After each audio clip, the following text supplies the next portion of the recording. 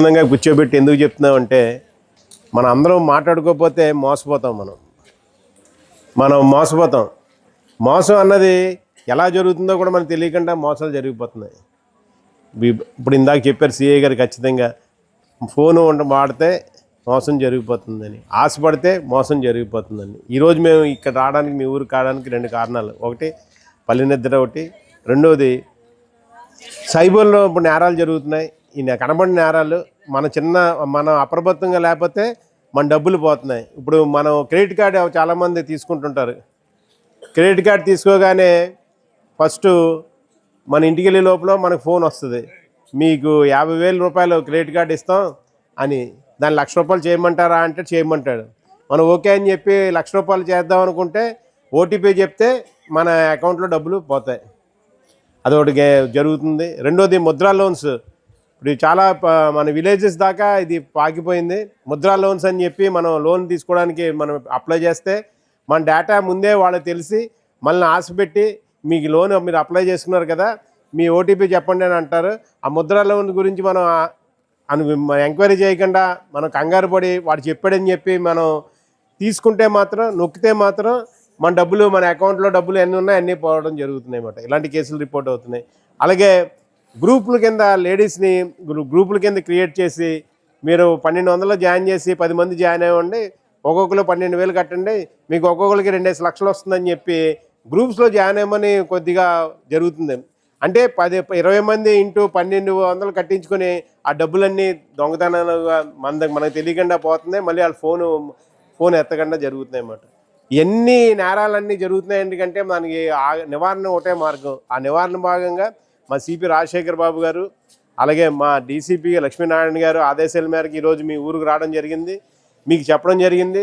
మీతో ఎందుకు ఇంత టైం స్పెండ్ చేయవలసి వస్తుందంటే, మన ఊరి నుంచి ఎవరో మోసపోకూడదు. ఫస్ట్ ఆఫ్ ఆల్ అందరూ అప్రమత్తంగా ఉండండి. ఏమైనా మీకు ఇబ్బంది ఉంటే, ఇప్పుడు ఇందాక ఇన్స్పెక్టర్ గారు చెప్పారు, మీకు ఆర్టీఓ చలానా వచ్చింది, మీరు ఫైన్ కట్టాలని.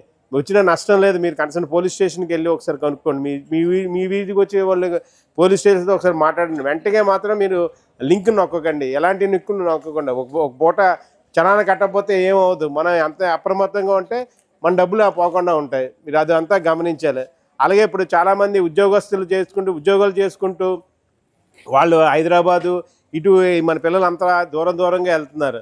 వాళ్ళ పేరు మీద మీ అబ్బాయికి డిజిటల్ అరెస్ట్ అని చెప్పి, మీ అబ్బాయి ఇక్కడ కేసులో ఇన్వాల్వ్ అయ్యాడు, డ్రగ్స్ దొరికాయి, మీ ఇంట్లోంచి మీరు బయటికి వెళ్ళకండి, ముందు తలిపేసుకోండి, మీ దగ్గర మీకు సిబిఐ ఆఫీసర్ వచ్చారు, దీంతో ఒక లాయర్ గారు మీతో మాట్లాడతారని తెలుగులోనే మాట్లాడతారు.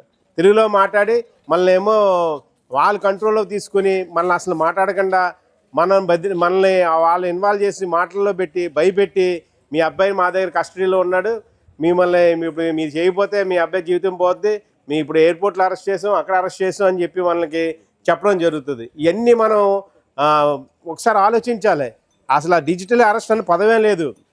అరెస్ట్ చేయాలంటే ఎవరైనా మీకు అరెస్ట్ చేయాలంటే ఏమంటే పోలీసులు మన ఇంటికి వస్తారు అంతే తప్ప ఫోన్లో ఎవరో మాట్లాడరు. అది మొత్తం గమనించండి. దానివల్ల చాలామంది చదువుకునే వాళ్ళు మోసపోతున్నారు, చదువుకోలేని మోసపోతున్నారు. ఇంట్లో వచ్చి ఎన్ని మోసపోయే వాళ్ళంతా రిటైర్డ్ ఎంప్లాయీస్ ఎక్కువ మంది ఉంటున్నారు, పిల్లలంతా దూరంగా ఉంటున్నారు అన్నమాట. ఇవన్నీ నివారణ అవ్వాలంటే ఒకటే మార్గం. ఏదైనా మనకు ఫోన్ వస్తే ఫోన్ ముందు కట్ చేసుకొని అది ఒకసారి వెరిఫై చేసుకొని, మీరు 112 కానీ, మీకు ఎస్ఐ గారి ఫోన్ నెంబర్స్ ఉన్నాయి, ఎస్ఐ గారు కానీ, లేదంటే అక్కడ 1930 కానీ మీరు ఫోన్ చేసుకుంటే దీనివల్ల మనకి వాళ్ళు సమాధానం సరైన టైంలో ఇవ్వడం జరుగుతుంది. కాబట్టి మీరు అంతా గమనించాలి. ఆశపడవద్దు, డబ్బులు పోగొట్టుకోవద్దు. రెండోది, మనం ఇలా ప్రయాణాలు చేసినప్పుడు చాలామందికి మనం చెప్తుంటాం హెల్మెట్ పెట్టుకోండి అని చెప్పేసి. మన హెల్మెట్ పెట్టుకున్నతో పాటు దాంతోపాటు క్లిప్ కూడా పెట్టుకోవాల్సిన అవసరం ఉంది. ఎందుకంటే చాలామంది మనకి ఏమవుతులే అనుకుంటున్నారు, కానీ ఒక ప్రమాదం జరిగితే కుటుంబం రోడ్డు మీద పడిపోతుంది. ఆ మొత్తం రోడ్డు మీదే మొత్తం ఇంట్లో ఉన్న ఆశలు అన్నీ పోతున్నాయి అన్నమాట. అలాగే ఈరోజు సైబర్ అవేర్నెస్, రెండోది రాబోయే ఎలక్షన్ సీజన్ కాబట్టి మీ ఊరిలో అందరూ మాకు ఒక ప్రమాణం చేయాలి. ఏదొచ్చినా ఆవేశపడకూడదు, కొట్టుకోకూడదు, ప్రశాంతంగా ఉండాలని కోరుకుంటున్నాం. దీంట్లో భాగంగా ముఖ్య ఉద్దేశంలో దానికి రావడం జరిగింది. మేము ఫస్ట్ మీ విలేజ్ నుంచే స్టార్ట్ చేయడం జరిగింది. కాబట్టి మీరంతా మా అందరికీ సహకరించి, మీకు ఏమైనా ప్రాబ్లం ఉందంటే ఎప్పుడైనా సరే మాకు ఫోన్ చేయండి, మేము వెంటనే రెస్పాండ్ అవుతాం.